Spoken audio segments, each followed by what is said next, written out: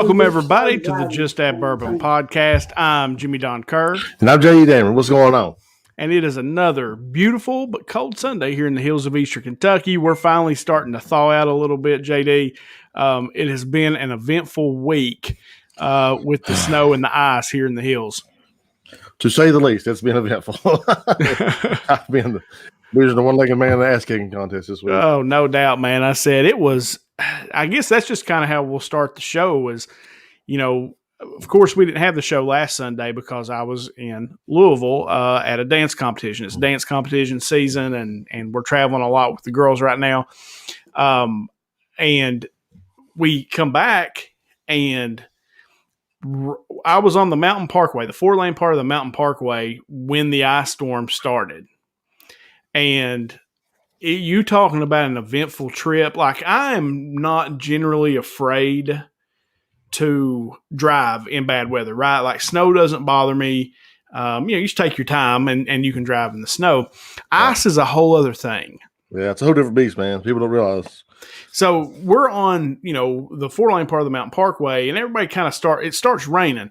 And immediately you figure out that this is not just rain. This is ice in there as well. And so there's ice coming down on the windshield. You're trying to get it to go away. It starts, your windshield wipers are pushing it back and forth, and it starts building ice up on the sides, right? Yeah. And then we get, I don't know, probably 10 miles down the road after that started, and there were some people over the hill in the ditch, right, in that middle part, the middle part of the parkway. Yeah. And so when that happened, people saw that dude, traffic slowed down like big time, almost like stupidly slow. And so I just kind of kept trucking, right? And, what takes about 3 hours to drive to Louisville from here, it took 5.5 hours. I bet you're exhausted too, man. Because you're very tentative driving, right? Like, you got to really pay attention to what's going on. You got to pay attention. Like, I was stressed out when I got home. I ain't going to lie to you. And once I got to Sayersville, it wasn't too bad. Like, I got, to Prestonsburg okay. But when I took the on-ramp to get on 23, dude, I slid all the way up the on-ramp. Like, it was crazy. And, and that's about the time they started shutting 23 down. And then I got onto Route 3, and I bet I didn't go above 10 mile an hour. I mean, it was a sheet of ice. I literally, we got back, and I told Amy, I said, I got to go lay down. I mean, like, my head was hurting, and the front of Amy's vehicle was a block of ice. Like, I was wondering why. Like, I was like, man, the headlights don't, can't see. Well, it was because it was covered with ice. Addison and I stood out there and knocked off all the ice, and just be chunks falling off the front of the vehicle. It's crazy. That is crazy. Like, it sounded like World War II here. These trees were exploding, bro. It's crazy. Like, I was just laying on the couch. Like, luckily, I was one of the fortunate ones. I didn't lose water or power basically the entire time. But I was just sitting on the couch, man, and listening to the trees popping, cracking, exploding. And I guess they got so cold, the sap in the tree froze, and it caused the trees to blow up. So these haulers, man, I had guys calling in work all week because they just couldn't get out. Trees, and what are you going to do? You can't really do nothing about it. But no, it was crazy. I said, and then what happened in Texas too, man, I said that was like, third world country. We've lost everything. And I didn't realize that Texas wasn't actually on the country's power grid anymore. Like, they were kind of independent, and that sucker went down, man. And those people, like, because they got it really, really bad. Yeah, people died, man. People died, because of it. It's a frustrating thing, man. Because it could have been avoided, but. And what was the deal with Ted Cruz? Did he leave? Oh, man. My boy Ted. So did he just leave? He was like, "Oh, it's too cold. I'm going to Mexico and chilling out on the beach for a week until they get this thing right." Yeah, that's what happened. Is that really what happened? Yeah, he bounced, man. He just bounced out on the whole thing. Didn't try to raise any money. Didn't try to, and had Beto O'Rourke, and even AOC went down to Texas and raised a bunch of money and handed out food and stuff.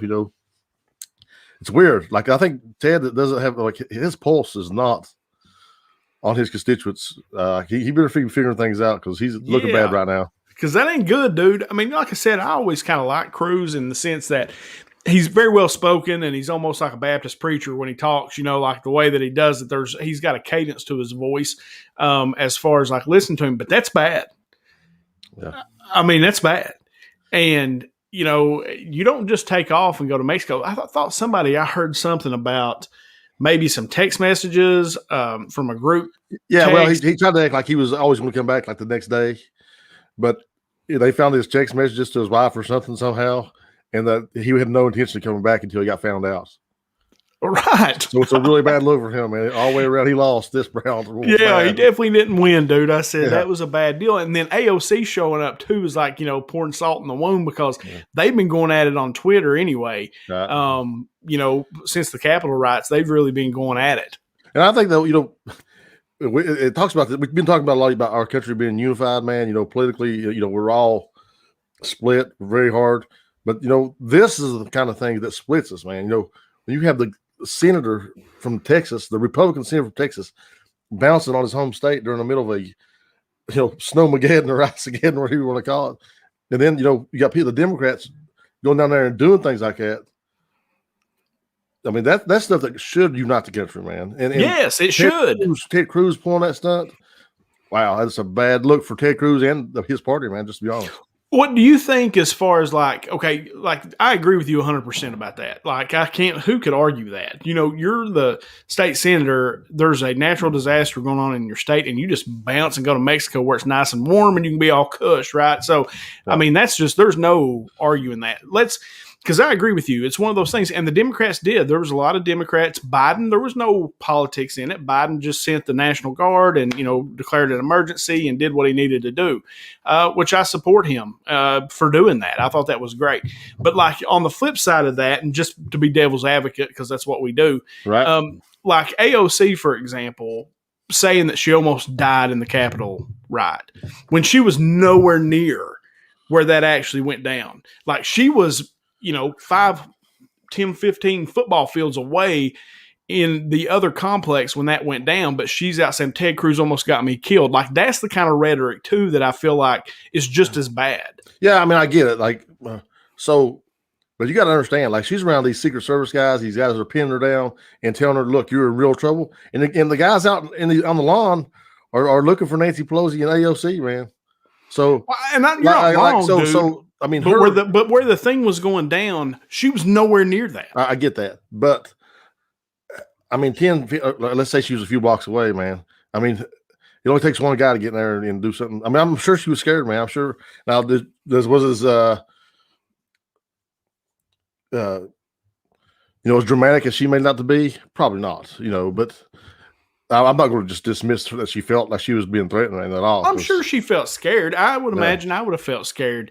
But if I would chanting your name, yeah. But if I would have actually been in the room where all that was going down, or even in the same building, that's a whole other thing. Absolutely, she was in actually real no danger. You know, not really in any danger. Maybe it felt like that at the time, right? But you know, after the fact, you know. But then she goes on Twitter, and that's the kind of stuff too that drives me nuts. Like I said, with Cruz, you're right. That is as low down, dirty, just being out of touch with the constituents and with reality as you can get. It don't get much worse than that, dude. And then AOC, though, on the flip side, not that she's out of touch, it's just being dramatic and providing that divide, you know, in that situation, too, is one of those things where I don't know. That's why all politicians wear me out. Yeah. I mean, I totally get that, bro. Like, that's a hard pill to swallow because when it comes down to it, she really ended up not being in any real danger, which we all know that now. But like I said, I'm sure at the time those guys her security detail were telling her to get your ass pinned down because this could be get real bad. You know? And like I said, if she was tweeting while that was actually going on, I'd understand it. This was a week later, you know, right. And she knew that she wasn't in any real danger, but yet she almost died just for political rhetoric, just to argue with Cruz. And I think that's just stupid. Well, I'll tell you though, and so this is what you get when you get states that are far blue or far red, like Kentucky or New York, because she can fire away and say whatever she wants to and pay no political penalty for it because she's going to win again. Right. She's a Democrat. I mean, that's just the fact of the matter. Yeah. And just like Cruz can fire away and say what he wants to because he's from Texas. And McConnell here in Kentucky. And McConnell can do whatever he wants to because he's not going to pay any political price for the rhetoric he puts forward. So that's what you get, man, when you we get so tribal. Our states just turn so blue or so red. There's no political penalties for anything these guys do. And I think it's sad, man. I said it really is. It's just when it comes right down to it, they are essentially above it when paying a real price. And that's not right. I mean, it's really not. I said that's why the whole political thing just wears me out right now. It is exhausting. It is exhausting, dude. And, like I said, it was exhausting with Trump because it's all you ever heard. They're still kind of doing it. They need to for their ratings, and they're still trying to invoke his name in some ways. I like to give you a hard time and call Biden a dictator, but overall, I haven't agreed with a lot of the stuff that he's done thus far, but none of it really affects my day-to-day life. And so, okay, let's see how it goes. I'll get I don't necessarily agree with jumping back in the Paris Climate Accords. I don't know that it's the wrong thing to do either. Right. I just don't. Nothing really changed when we pulled out. I don't know that we had to go back in. There's some things Biden's done. I don't like the executive orders, but we beat that to death. But overall, it's kind of quiet. It's kind of nice. Nice. So nice. Yeah. Did you see there's a meme on Facebook. Did you see how Biden gave Texas aid and he didn't make them people didn't vote for him. He gave him federal aid and didn't make the governor talk nice about him before he did it. And it's nice to have an adult in charge. And there's a lot of truth to that, man. There is. But I also saw a meme that said, Biden's president and hell froze over. Yeah. Which I thought that was pretty good too. But no, there was something to that, really. I mean, if you think about how Trump was, and like I said, while I agreed with a lot of Trump's policies, and I did, I did. But a lot of his rhetoric wore me out too, like that. And I thought that meme was so spot on because it was so true. Right. Yeah, absolutely. So, some fun things, man, we got going on. Our boy Trey James, what about our boy? Dude, that was awesome. Your daughter was actually here at the house. It was Ashton's birthday yesterday. My baby's 15. I know yours is already 15. It's hard to believe. But she had a bunch of friends over. Haley was here. And I had come in from work. It was a little bit late. And I'd come in, and Amy was flipping through the TV. And it came across, and it said Mama versus Iona. I said, whoa, stop. And flipped it on there. Got to see Trey run for a few minutes, which was cool.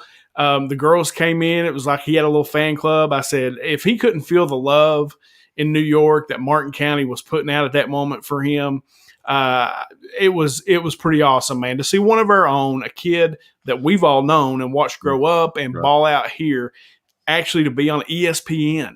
It's pretty cool. Playing ball, man. It was awesome. Yeah. And I guess he scored, he got his first points. And I don't know how much clock he got, how much clock can you expect at this point in your career? Maybe not a lot. I don't know. He's supposed to be a senior in high school. You know what I'm saying? That's what I'm saying. So it was really just cool to see him on the court at all. And, he's playing for Rick Pitino, man. It don't get much better than that, right? No, and like the second game, he got in and got some garbage minutes at the end. They were up, and he got some garbage time at the end. But he played well. He got fouled, hit 1 out of 2 foul shots. Looked good. Looked good running up and down the court. And it is cool, dude, to see one of your own. Absolutely. Standing beside Rick Pitino. Love or hate the man, he did coach Kentucky, and we became a dynasty in the 90s, 96, 97, 98 because of the guy. And, then he went to the devil and L's down. But and we all hated him then, but he still was awesome. And when Trey was a kid, dude, Pitino was the god. Listen, man, Rick Pitino resurrected Kentucky basketball. Yeah, he did. Period.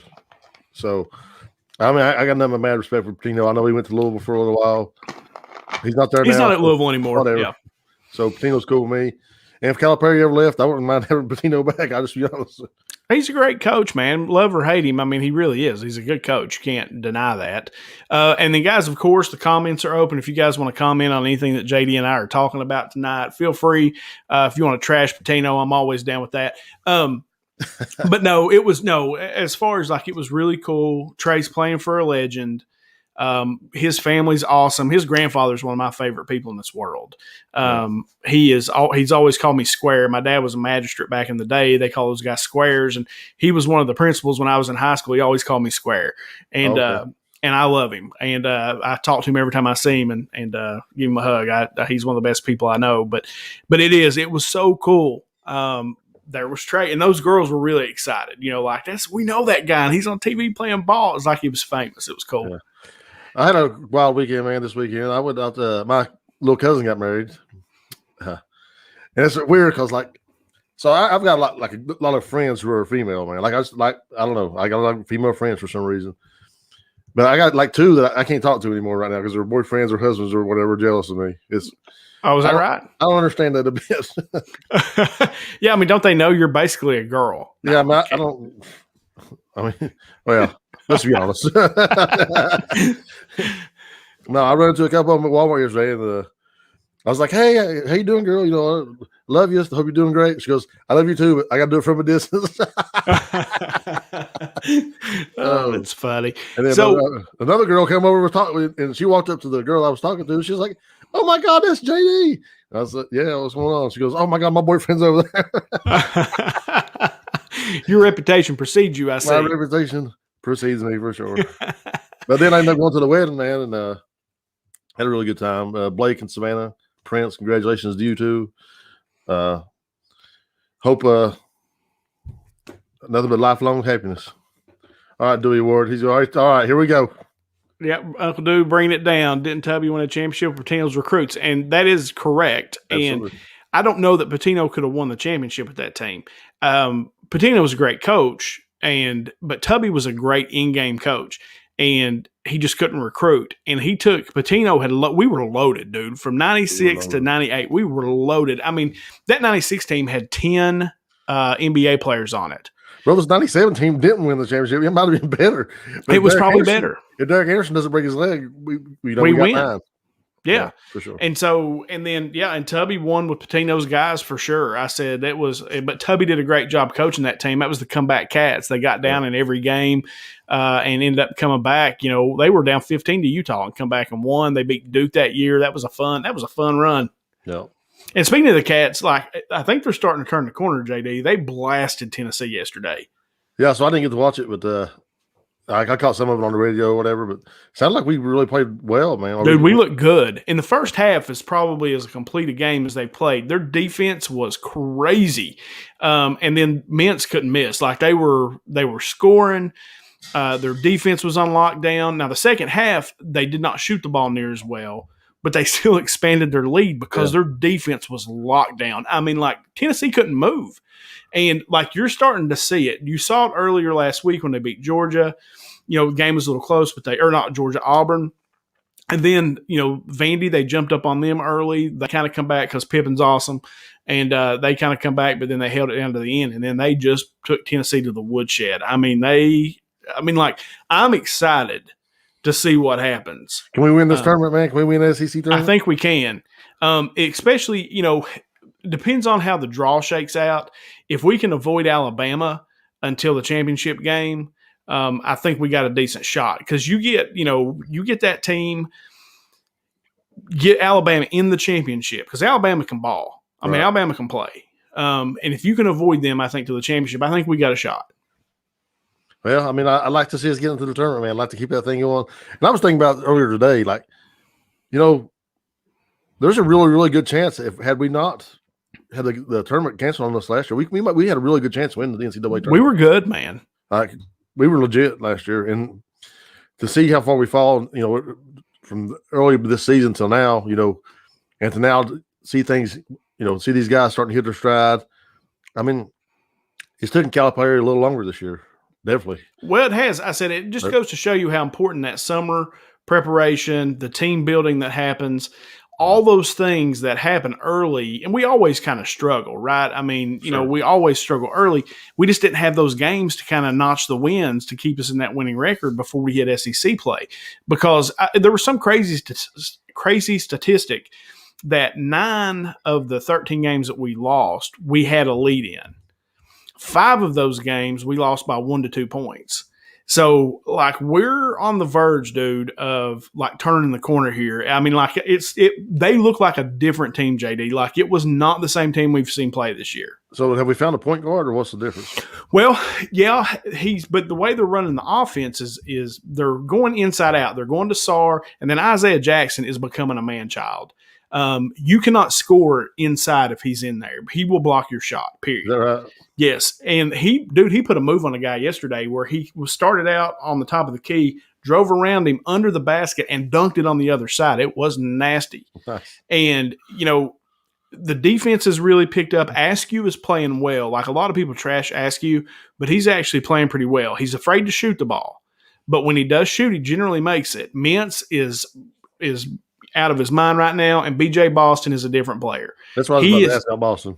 Boston is a different player. Looks like a different kid. He started to let the game come to him instead of forcing the shots like he was. He has started to truly just let the game come to him. Like, he didn't score that much yesterday. He didn't have to.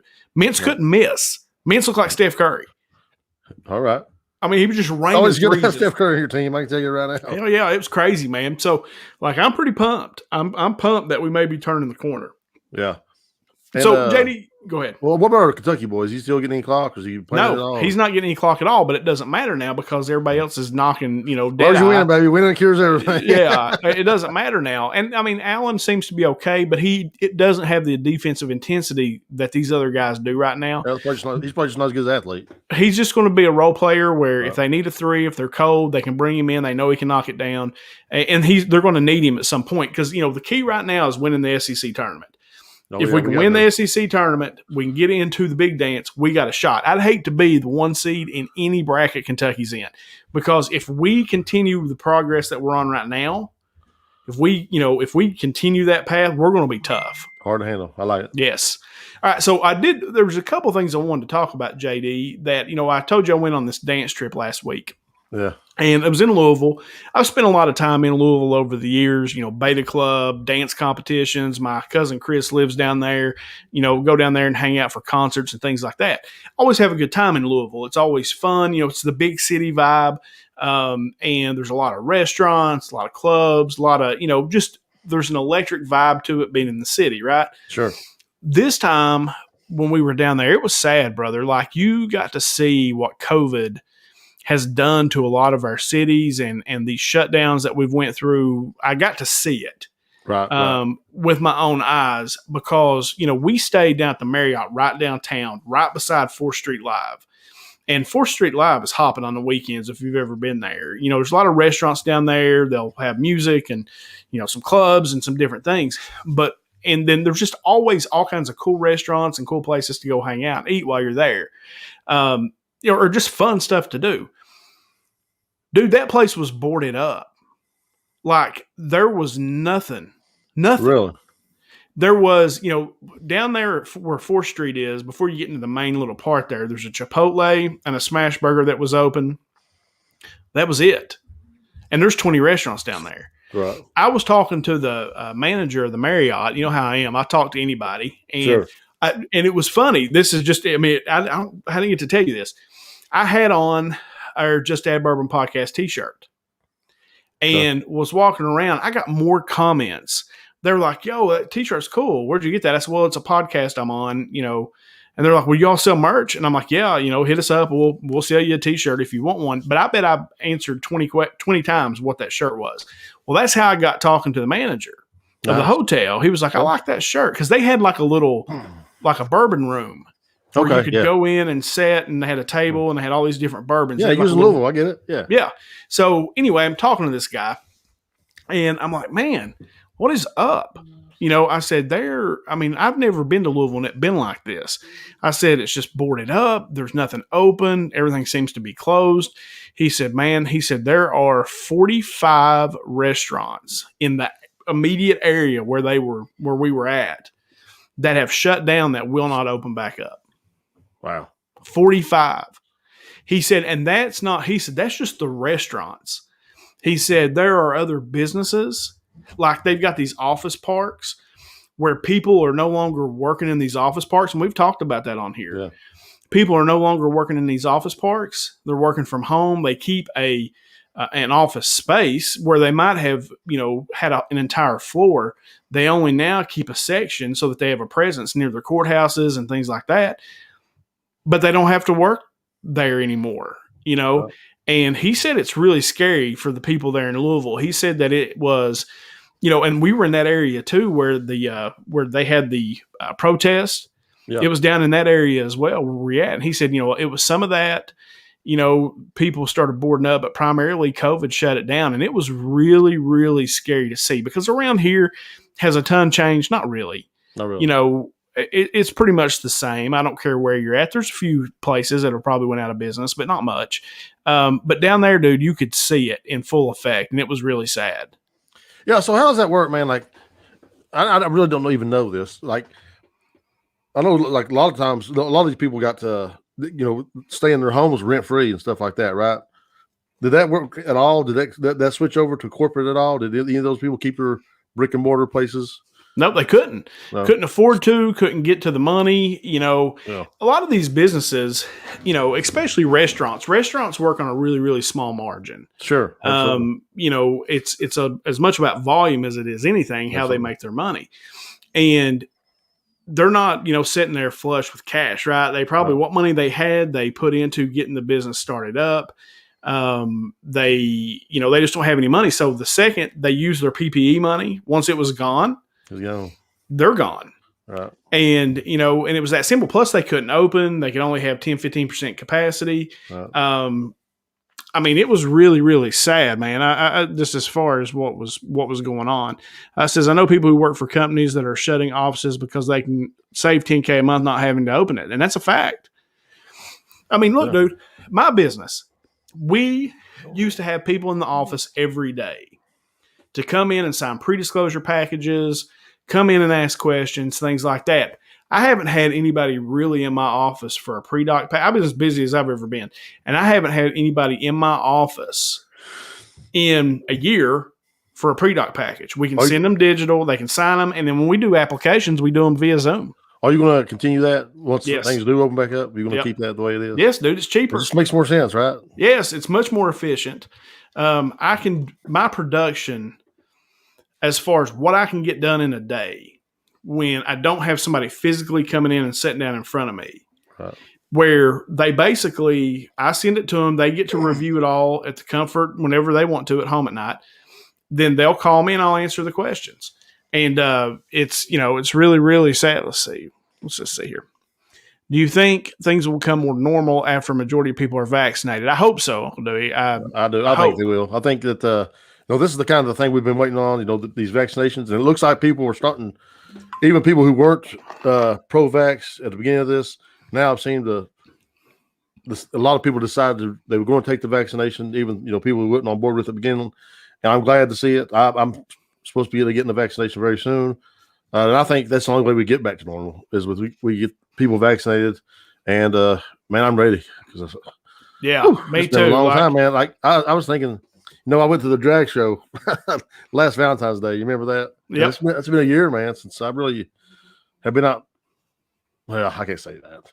I ain't been to a drag show in over a year. Right. Well, thank God.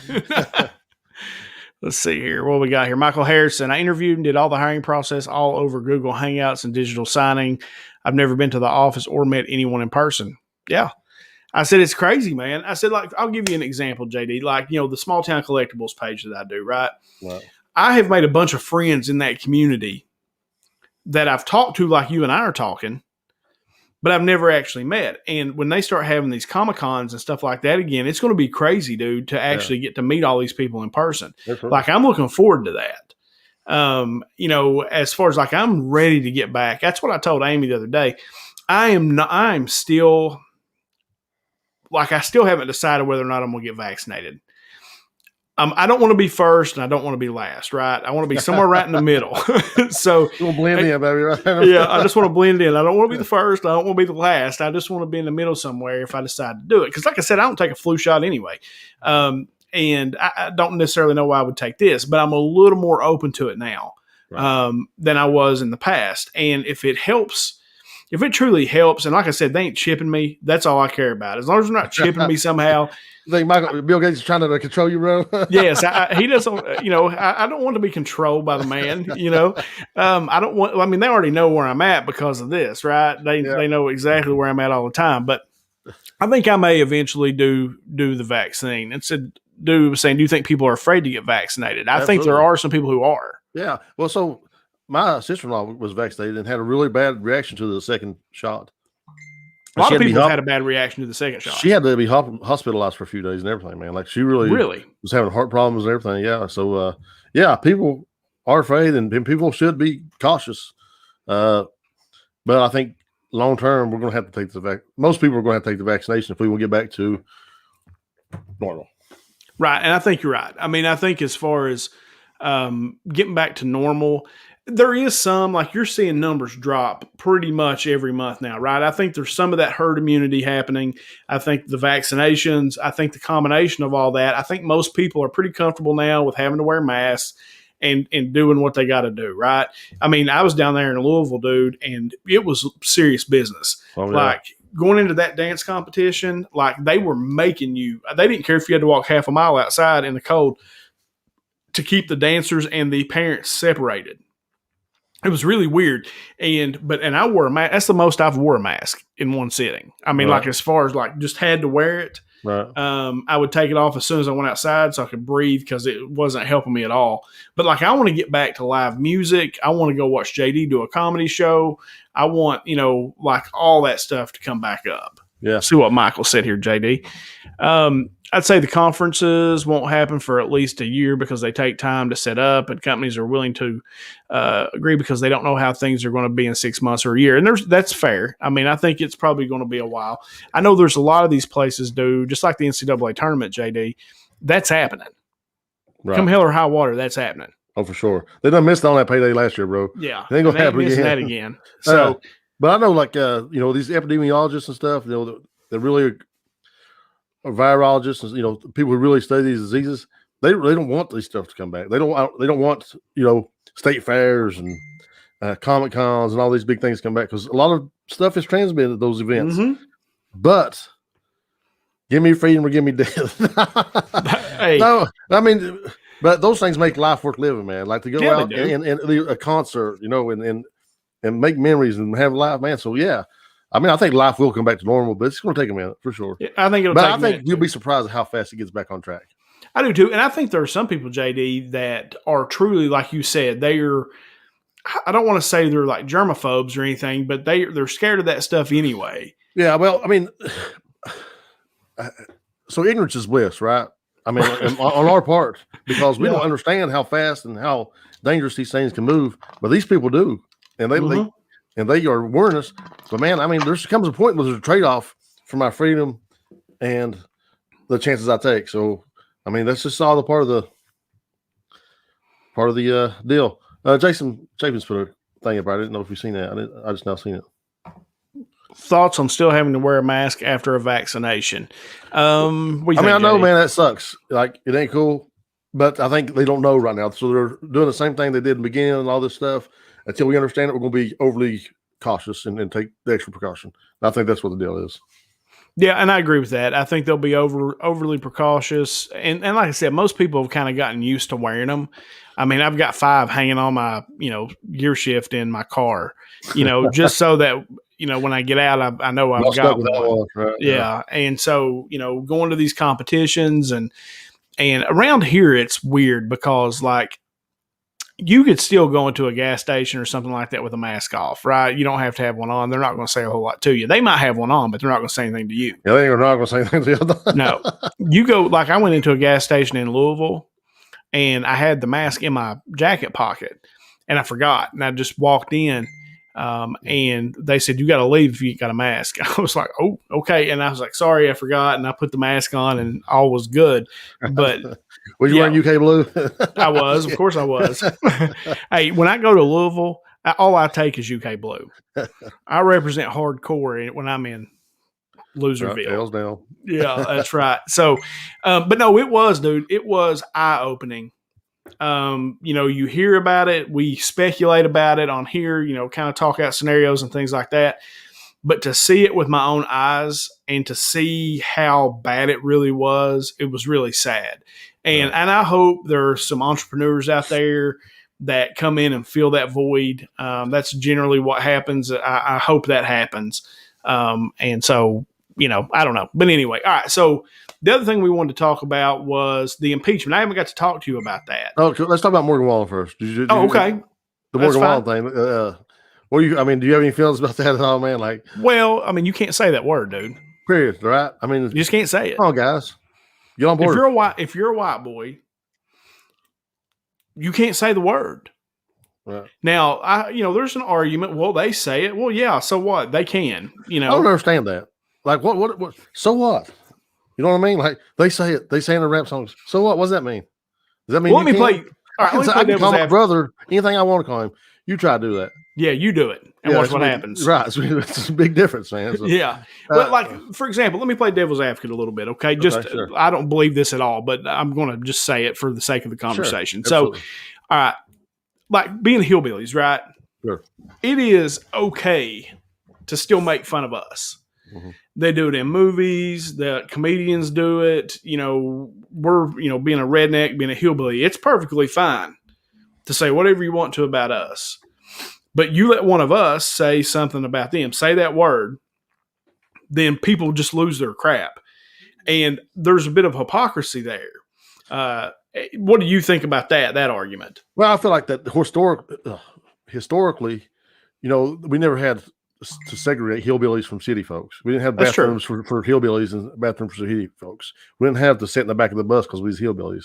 It's based on the color of our skin, So I feel like that argument, although has some validity to it, because I feel like we're forgotten people almost in some cases. Also feel like it's a way more extreme case when we're talking about race because of the historical aspects of it. That makes sense. I mean, and I agree with you 100%. Like, yeah. I just wanted to bring that because I'd heard that argument a few times. Like, well, people make fun of us all the time and it's okay. Well, it's not. Let them say that to our face and see what happens. Right. Absolutely. And it's not okay. If it's not okay to make fun of, a certain culture because of, the color of their skin or whatever, but there's a historical perspective to that word. Absolutely. That you got to take into account always. And like me and Ashton were talking about it, and I guess, they all kind of like Morgan Wallen's music. And I said, well, did you hear about what he said? And she was like, yeah, that was awful. She said, why would he say that? And I was like, well, some people, I said, you got to realize when people were raised, where they were raised, how they were raised. I said, people, he didn't think he was being recorded. Number one, he thought he was with, in, safe company, and he just happened to get recorded. And I said, you got to be careful what you say. You got to always remember that. If you don't, that word should not be in your vocabulary, period. Right. Absolutely. We don't use it. I don't use it. My kids, I hope don't use it. And because I think it's 2021, guys. Let's use a different word. I mean, yeah. And as far as making fun of other cultures, I think it's fine to make, like, how to put this. I think as far as comedy goes, man, nothing's off the table, right? Like I can make fun of black culture and some of the things that goes on there, but I still got to walk that line. I can't use that word, obviously. Right. I'm not going to use that word, but I can still make fun of the stereotypes. And some people aren't going to think that's funny. That's fine. And I make fun of, I make fun of gay people in some of my comedy, and I don't hate gay people at all. I don't care a bit. But if the shit's funny, it's going to be funny to me. I don't care who it is, and nobody's excluded from that. Not any demographic of people. Yeah, no, I agree. And like I said, I think as far as culturally, it's fine. Because people, black comedians will make fun of white people. Sure. White comedians will make fun of black people, and the cultural aspects of how we're different and weird and, the thing. And it's usually pretty funny. It's just that particular word. Like I will give Wallen credit from the standpoint of he didn't really hide from it. He apologized. I think he was meeting with the NAACP. They had reached out to him to talk to him about the word and all that. And that's good. And I think he'll come back from it. Here's the thing. Here's what sucks about it, man. He's a young kid. Morgan Wallen, was he 22, 23 years old? I think so. I mean, he ain't got shit figured out yet, bro. I mean, 22, 23 years old, you don't know what's going, you don't understand the world you live in yet a lot. I think that we always have some grace. And, that goes even with the, racism or prejudice or whatever it is, man. We need to have room for grace always, because none of us perfect. And I'll tell you right now, I've used that. Have you used that word before? Because I have. Out of my ignorance, I absolutely have. Absolutely. But I'm not. That doesn't mean I'm a racist. That means at one point I wasn't as empathetic as I should be, or as smart about what I was saying as I should be. But you know what? I grew, and I hope we can give that guy some space to grow too. I think so too. I think what you just said is well said. I mean, I don't think anybody could say it better. And like I said, yeah. I mean, like I told you on here when we were talking about the rights and the different things. Probably as a child, just because of where we grew up, I probably had a little bit of racism in me as far as like I didn't necessarily hate black people, but I'd been taught that there was not even taught. My dad wasn't like that. It was just our culture, like where we were around people. It was dad always told me that we were all equal because like when he was in the military, he was around a bunch of black folks and he loved them. One of his best friends in the military was a black dude. It's our point of reference, bro, from here. We're not around black people. We're not exposed to them. That's why racism exists here. Because we don't get to see like black guys going up and getting to work every day. We don't get to see the way he loves his mom or the way he treats his wife good and provides for his family strongly. We see these rappers on TV, and that's our point of reference. We think we try to bunch everybody in together, man, and that's not the way it is, man, at all. Yeah, that's a great point. And like I said, I'm like you. I hope they give this kid a break. And he screwed up. And I'm sure he knows he screwed up, and I think he'll try to rectify that. Right, here's our boy Glenn Fleming, J.D. from Europe. What's up, Glenn? That was a fun show we did with him. That was that was a good time with Glenn. I enjoyed him. So let's talk about. We've got 15 minutes here, J.D. Wait a minute, hold on. Look at this. What is this? That's our boy. What's up, Brad? JD Comedy has always been the one platform where anything goes. How do you see cancel culture affecting the future of comedy? I mean, it always has, man. Like for sure. I've worked with a few comedians, comics, and some of them don't want to go on college campuses at all and do any work because everybody is so offended and upset about everything, and it's tough to find that middle ground, man, where you can make fun of it just enough but not overstep. And it's tough, man. It's tough to find that because, I went to, I think I told you guys about it, but I went to a comedy show one time and I did some gay jokes and I absolutely bombed. And I was called a homophobic and everything after that. People thought I was, the next time I went back to that venue, they all had to meet with the comedians like, now you can't attack a demographic if you're not a part of it. I was like, that rule is in there for me. So, I mean, anybody who knows me obviously knows I'm not homophobic at all. But, those people just seen 5 minutes of my life. And, I got up and shared what I thought were some funny thoughts. They were pissed off. You know what I'm saying? So how does I think it affects the future of comedy? I think you've already seen it, man. If you was to turn on Eddie Murphy's Raw or Delirious today, your mouth would be agape of the things he says.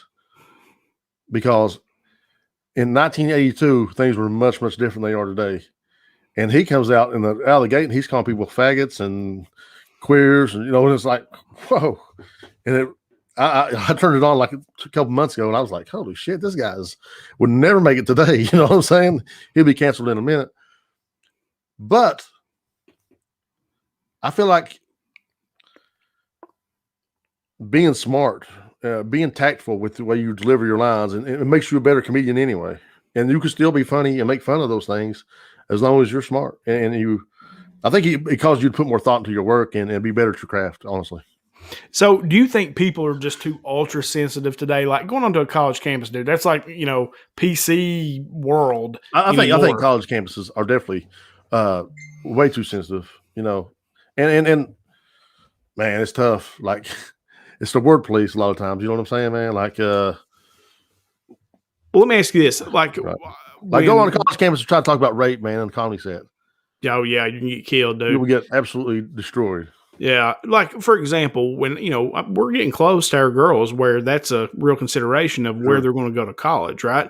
Absolutely. And that's something I've been looking really strongly at. JD is some liberal campuses. While I am fine with the open exchange of ideas, okay, but I want there to be an open exchange of ideas, and college used to be that place. Right. College has become very liberal, where if you side with one side, are you right, or you won't get shamed necessarily. And so I've been looking at a lot of campuses, man, just really kind of doing my research to see if there's a true liberal bias on these campuses, because I don't know that I necessarily want my kids to go there and be brainwashed in that way. if they ultimately they study and they debate and they decide that they agree with that, that's okay. That's fine. Sure. Everybody has to believe, but I don't want them to be brainwashed into thinking that they're wrong if they don't necessarily agree, or being shamed if they don't agree. Yeah, I mean, that's tough, man. It's a tough, because you're in a real quandary there, because I feel like almost there's two extremes. It's going to be hard to find the middle ground on that, I think. You're right. Because it's going to be the ultra right, and you're going to go to a Christian university, where they're teaching the Christian dogma, or you're going to go to a university where it's a bunch of liberals, and all they're going to teach is liberal propaganda. And I'm liberal. I mean, I get it, but I also know that I want people to think for themselves, not just agree with everything that everybody says all the time. I'm just not.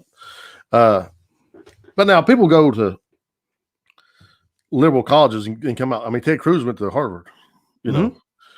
So, I mean, I think Harvard is pretty liberal, most I can tell. But, we want an open exchange of ideas like he was talking about. But it's going to be tough, man, to find that balance either way. I think you're right. Because we're so tribal, man. We want to get in our team and defend our team. And this is going to be my team. That's no matter what. It's tough.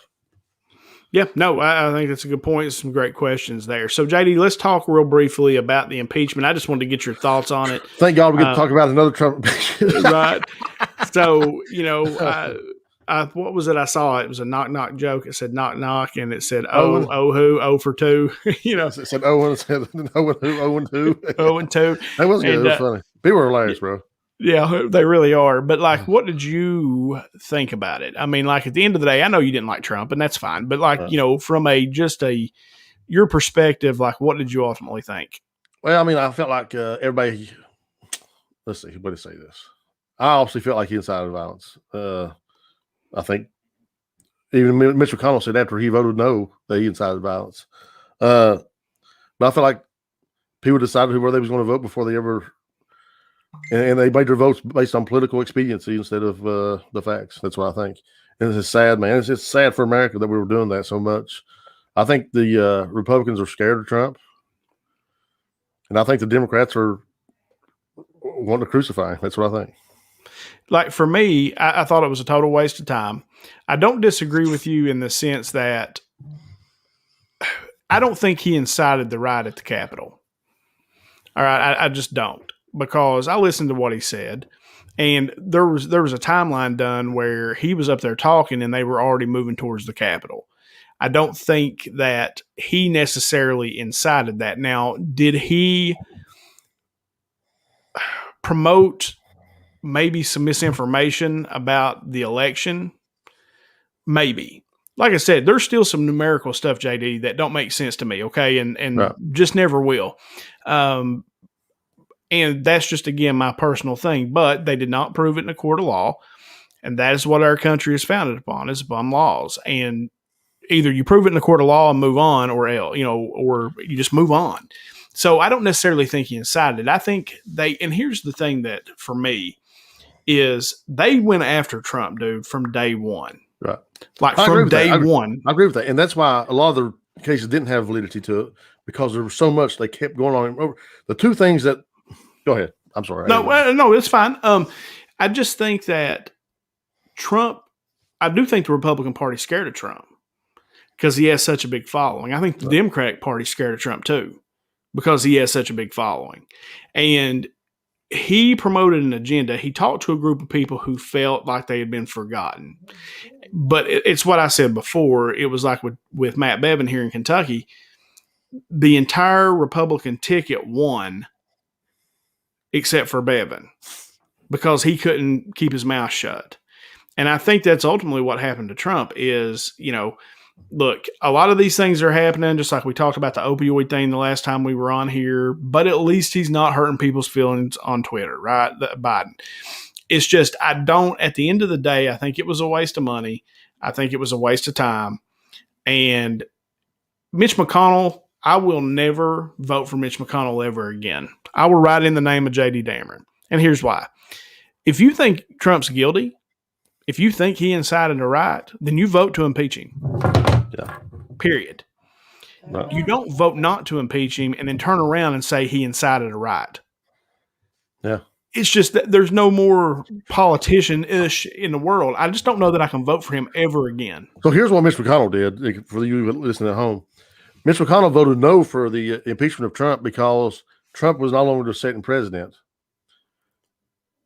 The House sent this impeachment over to the Senate while Trump was still president, and McConnell refused to bring it for a vote. And then, so it's the definition of political expediency as far as McConnell goes. As far as the vote, whether he's guilty or not, I just have to go with what the people that were inside the Capitol said. And they said they were doing it for the president. The president wanted them to do it. And to me, that just about settles it. Because if those people believed that Trump wanted them there, there's a reason they thought that. And that reason was. I also think the people that were in the Capitol, though, JD, were the type of people that might believe they're aliens. You know, I mean, one of them was a delegate from West Virginia, bro. Yeah, well, like and a young star in the Republican Party. That's pretty extreme, though, man. To rush the Capitol. Absolutely. I mean, it's pretty extreme. On Facebook. Yeah, I mean, it's just stupid. I mean, I'm sorry. You know, I mean, it's just stupid. Like I said, as far as Trump goes, I think there was a reason that he was not part of the establishment. He was not part of the DC group, and they wanted to make sure that nobody ever has the audacity to be outside of the political class and run for president again and do what he did like that. And I believe that because they went after him. And that's why I think, because the first impeachment was a waste of time. The second one to me was a waste of time too. Maybe had a little more validity. The second one did. Right. But at the same time, I listened to the man talk. I didn't feel like he said, go rush the Capitol. Well, no, he didn't do that. But it's all about context, man. You know, when you got your son and your personal attorney going up there, and they are saying that. Now, they did say that. And then you get up and speak and say, let's go down to the Capitol. That's just about the definition of incitement. So context is obviously key here. So, yeah. And then every one time, you know, this guy with the blowhorn going, Trump wants us to rush the Capitol. And he never one time said, no, we don't want that. When the riot was going on, when the people were inside the building, he didn't call and make any effort at all to stop that when he could have. Yeah, but I mean, do you think those people were looking on their phones, watching Facebook, waiting for Trump to give them their orders? You know, because he did come out because he did come out later and say, "Look, go in peace. You know, we don't do this. Go in peace." The next day. Yeah, we even said it that day. Later on that day. I mean, he said it. We got to go in peace. But he didn't say that before that, though. No, he didn't necessarily say it, but he also didn't say, let's go rush the Capitol and storm it and try to overthrow the government. But the context of what he said when he said, let's go down there and make our voices heard. Let's go. I'm going with you. And but that's protest, right? Let's go make our voices heard. Right. But it's about context, man. After Giuliani says, if we got to do hand-to-hand combat, let's go do it. And the Arizona GOP tweeting out, you know, this guy said, I'm willing to die for Trump. And they tweeted out, he is, are you? Guys, that's ridiculous. That's ridiculous. The Republican Party is in a sad shape, man. I'm telling you. Look. I think you can say the Republican Party's in sad shape. I think the Democratic Party's just as bad. I mean, like, I legit do, man. I just like politicians in general, like Mitch McConnell. Like I said, I've never, you know, I ain't got no love necessarily for Mitch. I just could not stand Amy McGrath. I thought she was worse. But I will just abstain from voting the next time because we got a boy back up there. I hope so, man. I hope Booker gets back up in there, man. I said, he just spoke to me, man, and I thought his policy ideas were a little liberal for me, but at the end of the day, I felt like he knew where I was from. Right. I felt like he knew what it was to be a hillbilly, to be from Eastern Kentucky, even though he lives on the west side of Louisville. But they know what struggle is like, man, on the west side of Louisville, like we do in the hills here. I mean, so I really appreciated him. So we ain't got to talk about it. I was interested to know what you thought, and it's basically what I thought, and I'm sure I thought what you thought I would. So it's you know, so I want to throw and kind of end the show with a couple of things here, JD. I watched this show on Apple Plus called Ted Lasso. Okay. Might be the best show that I've watched in 10 years. Oh, And it is Jason Sudeikis is the guy who plays this Ted Lasso, and he is an American football coach. He coached Wichita State, and he's coached for a long time, but he went to Wichita State, and they went to the national championship and won it the first year he was there. Well, he ends up getting hired by a soccer team, a Premier League soccer team in London, and he comes over there, and he has never coached soccer in his life. right. But there's some language. So if you're watching this, and it's not necessarily, I'm going to tell you can watch it with your young kids, but even if your kids are a little older and you don't mind some language, there's some language, but it is one of those like feel good shows. Like it's like a feel good story Right. based around soccer. So you've got some sports. It's feel good. There's a lot of comedy. The lines that he drops in that show are so clever. Like you would love it. Like love it. Like J.D. Dameron, it is his show. Right. Sports, you got comedy, some hot women. It's There's for kids in it. I'm on.